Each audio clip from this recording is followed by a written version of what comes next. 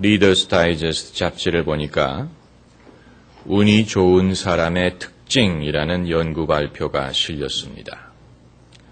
운이라는 것을 우리가 어떻게 연구할 수 있겠습니까마는 자기가 소위 운 좋은 사람이라고 생각하는 사람들에게는 몇 가지 공통적인 특징이 있다는 사실을 발견했다고 합니다.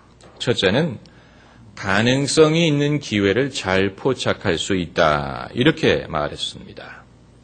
사람들에게 신문을 나눠주고 그 신문에 사진이 몇 개가 실려 있는지를 말해달라고 그렇게 주문을 했습니다. 그랬더니 운이 나쁜 사람은 평균 2분이 걸렸는데 운이 좋은 사람은 몇 초에 해치웠다고 합니다. 그 이유는 신문 둘째 면에 큰 글씨로 그만 세시오. 이 신문에는 사진이 43장 실려 있습니다. 라고 써놨기 때문입니다. 그런데 운이 좋은 사람은 그것을 보고 운이 나쁜 사람은 그것을 못 보고 지나치더라는 것입니다.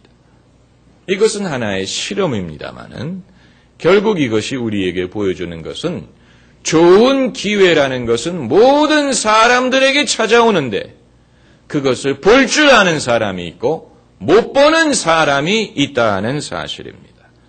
그리고 두 번째로 운이 좋은 사람은 긍정적인 기대를 가지고 산다고 했습니다. 긍정적인 기대.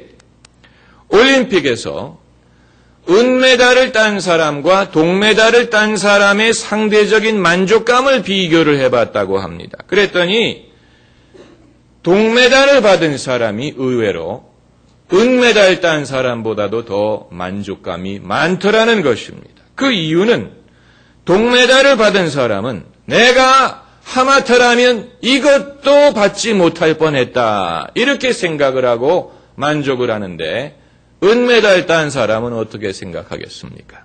내가 조금만 더 잘했더라면 금메달을 탔을 텐데 이까지 은메달을 탔구나 하면서 자기를 탓하고 원망하더라는 것입니다.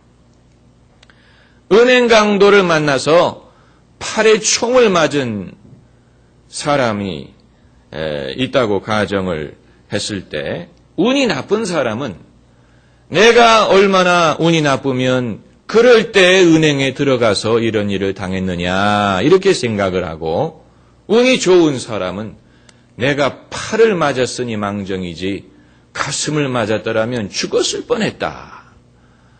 여러분 그러니까 결국은 사람이 행복하냐 불행하냐 하는 것이 사람이 만들어가는 면이 상당히 많다는 것을 보여줍니다. 그리고 또 세 번째는 불운을 행운으로 바꾸는 융통성이 있는 태도를 갖고 산다는 것입니다. 여러분은 우리가 이것은 성경에서도 그 예를 많이 볼 수 있습니다. 요셉을 생각해 보면 요셉은 어렸을 때 불행을 경험을 했습니다. 그 형들이 요셉을 애굽으로 종으로 팔아버렸습니다.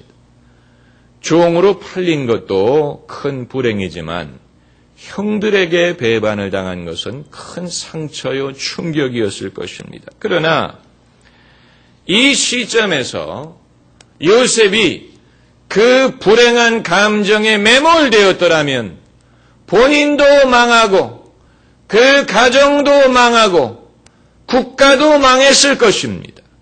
요셉의 위대함은 그가 불행을 만났다는 것이 아니고 그것을 행운으로 바꿀 수 있는 유연한 삶의 자세를 갖고 있었다는 사실이에요. 그래서 이후에 그 형들을 만났을 때 그가 입으로 고백하지 않습니까? 당신들은 악으로 이것을 행하였지만 하나님은 그것을 선으로 바꾸사 오늘날과 같이 이 많은 사람을 구원하게 하셨나이다. 그것은 그동안에 요셉이 그렇게 마음속으로 생각하고 있었던 것뿐만이 아니고 사람은 자기가 마음속으로 생각하고 있는 것도 중요하지만 그것을 입으로 시인하는 것이 중요합니다. 불행한 사람의 특징은 여러 해 전에 섭섭한 일을 당한 일이 있는데 두고 말할 기회가 있을 때마다 그것을 말하는 사람이, 그때 누가 나에게 이렇게 말하더라, 그때 누가 나에게 섭섭한 말을 하더라, 내가 그때 마음이 많이 상했더라, 이미 얘기한 일입니다. 그런데 그 마음 속에 그것이 지워지지 않고 두고 그것을 말하고 원망하는 사람은 자기의 입술로 불행한 삶을 그림 그리는 것과 마찬가지입니다. 여러분, 우리는 우리의 인생을 그리도록 도화지를 하나씩 받았는데 이제 우리가 삶의 잉크로 거기에다가 어떤 그림을 그려나가느냐 하는 것이 중요합니다. 여러분, 그림 중에는 밝은 그림이 있고 어두운 그림이 있습니다. 그것은 그 사람의 마음을 반영하는 것입니다.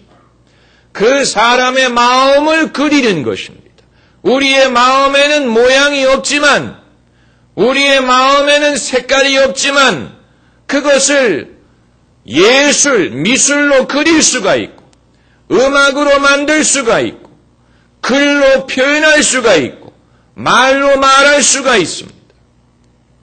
인간에게는 자기의 마음속에 있는 생각과 감정을 나타낼 수 있는 능력이 있습니다. 여기에서 예술, 문학, 이런 창작이 가능해지는 것인데, 그러나 똑같은 창작이라도 어두운 것을 그리는 사람이 있습니다. 어두운 그림, 불행한 그림, 고독한 인간. 반대로 이 밝은 인간, 밝은 세상,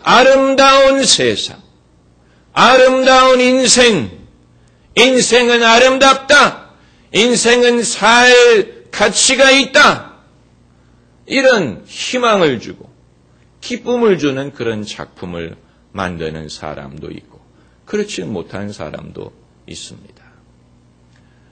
창작을 하는 사람이 예수를 믿으면 그때부터는 성화만을 그리고 또 종교적인 소설만을 써야 되느냐? 아닙니다. 음악을 하는 사람이 예수님을 믿으면 그때부터는 복음성가만을 써야 되느냐? 아닙니다. 그렇지 않습니다. 그러나 사람이 예수님을 믿으면 그 속에 쓴 물이 변하여 단물이 되는 역사가 일어나고 물이 변하여 포도주가 되는 역사가 일어나기 때문에 이전에는 자기의 쓴 물을 소재로 삼았다면 이제는 단물을 소재로 삼아야 돼. 이전에는 한숨이 있고 비애가 있고 원망이 있고 두려움이 있었다면 이제는 기쁨과 소망과 능력과 믿음을 소재로 하면 됩니다.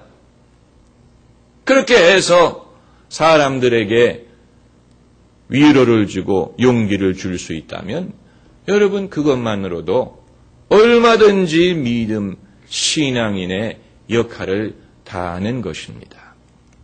우리는 이러한 신앙적인 상상력을 키울 수 있어야 됩니다. 신앙적인 상상력은 결국은 영적인 것입니다. 환상도 하나의 영적인 현상이죠. 꿈도 영적인 현상이죠. 사람이 자기의 모습을 마음속으로 상상할 수 있는 능력도 영적인 것입니다. 그런데 그것을 부정적으로 상상하는 사람이 있습니다. 부정적.